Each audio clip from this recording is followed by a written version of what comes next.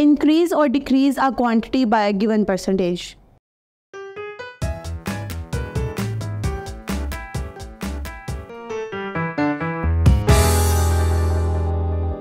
Assalamu alaikum. I welcome you all on the platform of Digital Academic provided by Moonlight International Publishers. Hello my dear students, I am your maths teacher. My name is Aisha. Our today's lecture is about increase or decrease quantity by a given percentage. Students, हम रोज़मर्रा ज़िंदगी में देखते हैं हमारे पास कुछ quantities कम या ज़्यादा हो रही होती हैं, हमें प्रॉफिट और लॉस हो रहा होता है। उस कंडीशन में हम परसेंटेज को किस तरह एक्सप्रेस करेंगे, उसके लिए कुछ फार्मूलाज आपके पास स्क्रीन पर शो हो रहे हैं, जिसमें उन्होंने सबसे पहले आपको कहा है अगर आपके पास प्रॉफिट होता है यानी कि आपके पास क्वांटिटी में प्राइस वैल्यू में इंक्रीज हुआ है, तो उस केस में आप क्या फार्मूला यूज़ करेंगे, that is percentage increase is equals to increased value, जो आपके पास टोटल अमाउंट थी उसमें से कितनी अमाउंट आपके पास इंक्रीज हुई है, माइनस ओरिजिनल वैल्यू, जो आपके पास ओरिजिनल वैल्यू थी आपने वो इंक्रीज्ड अमाउंट में से माइनस करनी है, divided by original value multiply by 100%।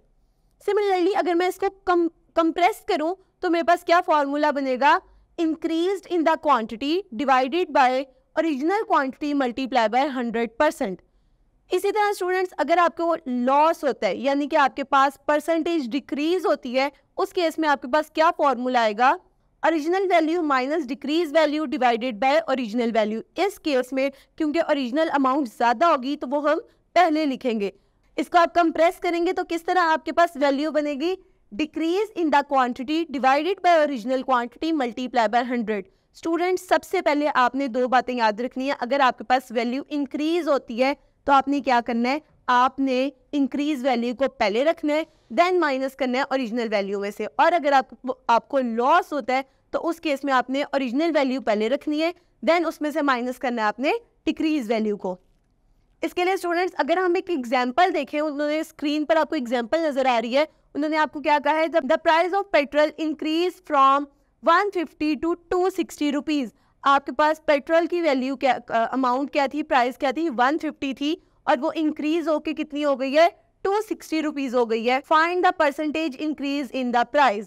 तो आपने इस प्राइस की इंक्रीज की परसेंटेज फाइंड आउट करनी है कि कितने परसेंट प्राइस इंक्रीज हुई है आपके पास। उसके लिए आप सबसे पहले क्या करेंगे, सो स्टूडेंट्स इसका अगर हम सोल्यूशन देखें तो सबसे पहले हम क्या करेंगे, चेंज इन प्राइस। हमारे पास जो पेट्रोल की प्राइस में चेंज आया है हम वो लिखेंगे, दैट इज़ 260 माइनस 150। क्योंकि इंक्रीज हुई है तो हम इंक्रीज वैल्यू को पहले लिखेंगे। 260 माइनस 150 करेंगे तो हमारे पास आंसर आएगा 110, यानी कि 110 रुपीज़ जो है वो हमारे पास प्राइस ज़्यादा हुई है। देन हम क्या करेंगे स्टूडेंट्स, इस पे परसेंटेज का फॉर्मूला लगाएंगे। Percentage increase is equals to increase in price divided by original price multiply by 100% करेंगे। तो इंक्रीज इन प्राइस कितनी आई थी, 110, ओरिजिनल प्राइस हमारे पास क्या थी, 150, और हम इसको मल्टीप्लाई करेंगे 100% के साथ। देन जब हम वैल्यूज पुट करेंगे 110 डिवाइडेड बाय 150 मल्टीप्लाई बाय 100% और इसको सॉल्व करेंगे तो हमारे पास एट द एंड आंसर आ जाएगा 73.33%। तो इस तरह हमें पता चला कि पेट्रोल की प्राइस में कितने परसेंट इंक्रीज हुआ, 73.3% इंक्रीज हुआ। सो स्टूडेंट्स, ये थी हमारी आज की वीडियो। मैं उम्मीद करती हूँ आपको आज का लेक्चर समझ में आएगा। Stay tuned to next video. अल्लाह हाफिज।